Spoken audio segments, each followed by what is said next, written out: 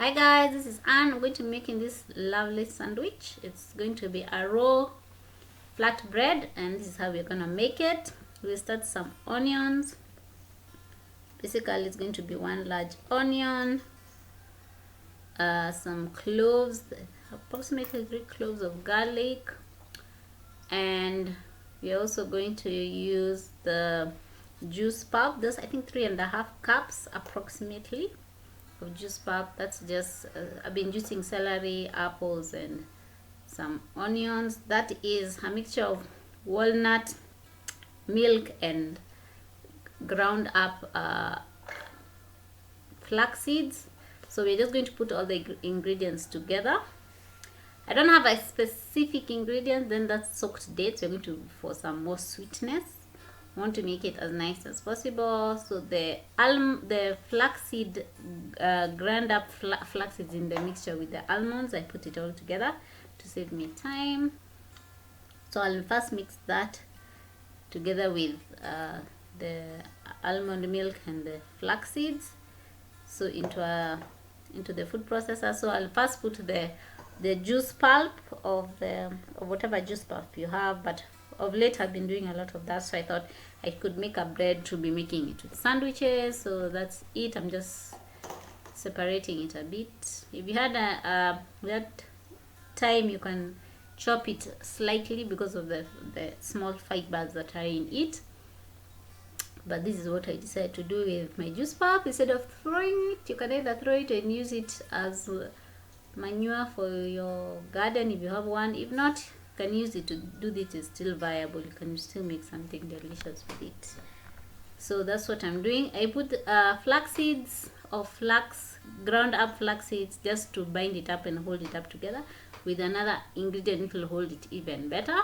So I'm just separating the pulp a bit. So the best way to know if your bread will taste nice is after you do the mixture and you taste it and it tastes nice, it'll be 2 times better. So now that is psyllium husk. I'm going to put approximately, I think, 2 tablespoons. You don't need to. I was just approximating. Then you're also going to put coconut aminos. If you don't have that, you can just put salt. Sea salt will work as well.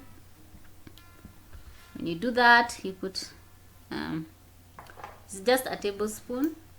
If you're putting salt, you put according to your taste. So all now we're going to do, we're going to put also some olive oil. This is not necessary. I just wanted to, I normally make my flatbread without the olive oil. I just want to see it's going to make a big difference by putting the olive oil.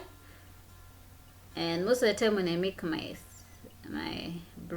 flatbread with the juice pulp, I don't put oil. I just make sure there is enough of a kind of fat, or you can, instead of doing all that, you can put a kind of butter, either seed butter, nut butter, and that. So don't have to put the oil, but I said let me try it with oil. So you just put the 2 mixtures together and you taste it a bit. If it has a good taste, it's going to be 2 times better because it's going to dry it up. We're going to dry it up with the dehydrator, or if you have your oven, use your oven.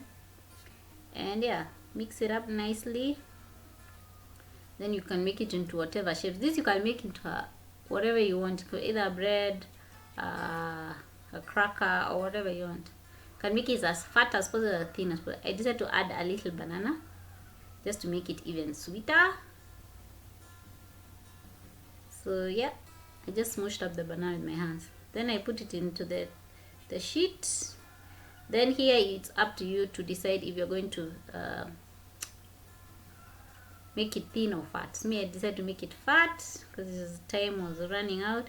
So I already have been eating some, and these ones I kind of dehydrated it a bit too long. So the best time you will make it nice and pliable is just 6 hours. If you do more than that, it becomes hard. It goes to a cracker consistency. But the goodness with raw is that you can just add more water and make it more moist, and yeah, you don't mess up the recipe. So that's just guacamole, just avocado, lime, onions, salt, and pepper and cayenne. That's it, into the sandwich.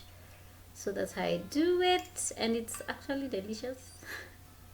You will like it. You try it, tell me how you feel. To make sure that your bread will taste nice, taste it before you dry it up. Then you know if it tastes nice when it's in the mixture, then you know you're good to go.